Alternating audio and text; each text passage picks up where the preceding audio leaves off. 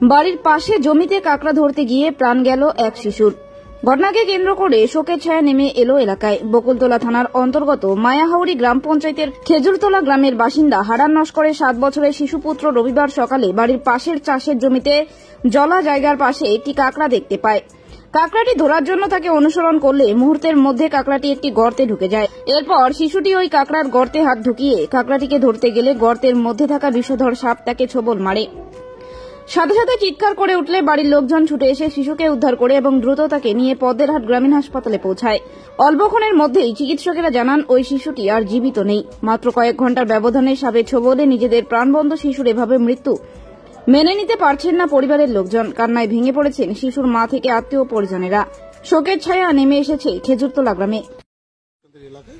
হ্যাঁ, আজকে সকালে তো শুনলাম যে আমাদের মায়াহাওড়ি অঞ্চলের খেজুরতলা গ্রামে একটা 10-11 বছরের বাচ্চা সাপে কেটে মারা গেছে।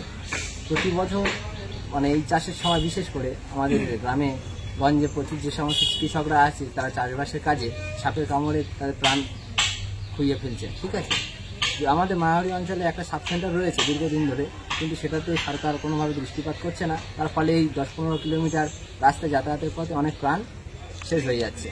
এ বিষয়ে যদি আমি সরকারকে জানাচ্ছি, যদি কোনো স্টেপ নেন খুবই আমরা উপকৃত হবো। কিভাবে মারা গেল বাচ্চারা? কিভাবে মারা গেল? বাচ্চারা সকালবেলা বাবার সঙ্গে মাঠে গেছিল, বাবা মাঠে কাজ করছিল, আর বাচ্চাটা কাঁকড়া ধরতে গেছিল। কাঁকড়া ধরার জন্য একটা গর্তের মধ্যে হাত ঢুকিয়েছিল।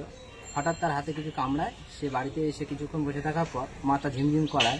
তারপরে হসপিটালে আনার পথে পদ্মেরহাট গ্রামীণ হাসপাতালে আসছিল, রাস্তায় মারা যায়। আপনার নাম? আমার নাম বাবলু হালদার, বাড়ি দক্ষিণ পদুয়া, মায়াহাওড়ি অঞ্চল।